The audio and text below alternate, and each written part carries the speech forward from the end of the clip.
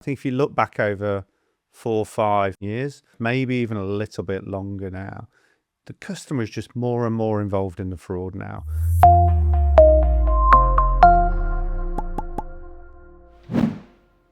If you look globally, the main challenge right now is fraudsters convincing customers to make a transaction on their behalf, therefore bypassing a bunch of fraud controls that the bank have deployed. So it's an interesting perspective, not just in terms of how that challenge is changing and what the consumer needs to be aware and what the banks need to do, but how do they continue to ensure that they're getting the best return on investment given some of these things that they've done in the past. So just curious as to, is that a sentiment you share, and how would you perhaps expand on that? I'm a little bit older than you, but if you look back, I think that's been the significant trend. And we tend to look at it in certain elements, certain times, certain types of scams. It's just so much more elaborate now.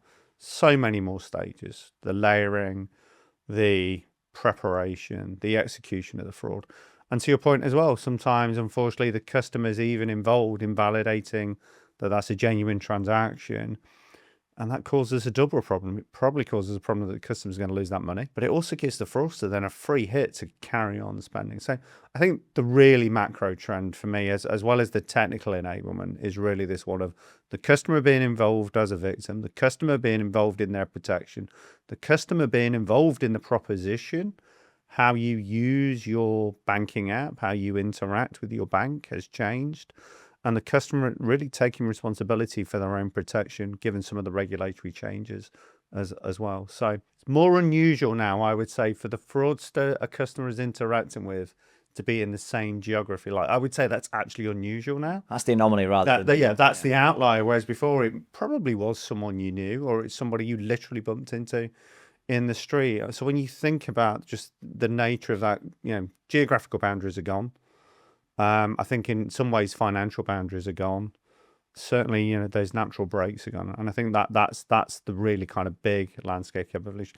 We can get into some of the trends around Gen AI, deep fakes, but in many ways, I think they're really representative of a really kind of customer involved global trend. Let's go into that one, because you brought it up. We've talked about the customer kind of being the rod through the journey, and how them as an individual being compromised is a big enabler for the fraud. But how are external factors like Gen AI making lives easier for fraudsters and perhaps more challenging for banks and consumers? If you've ever heard me talk about these things, let's go back. It's a business. To your point, they don't go away, they double down. So it's a business. What businesses run on? Businesses are run on, success-based KPIs. You and I at Vita are just on success-based KPIs.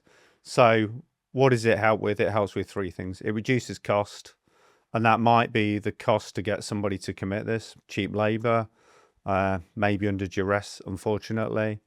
It makes the technology cheaper and easier to access, and therefore that means you can hit more customers faster, which means your failure rate just doesn't really matter as much.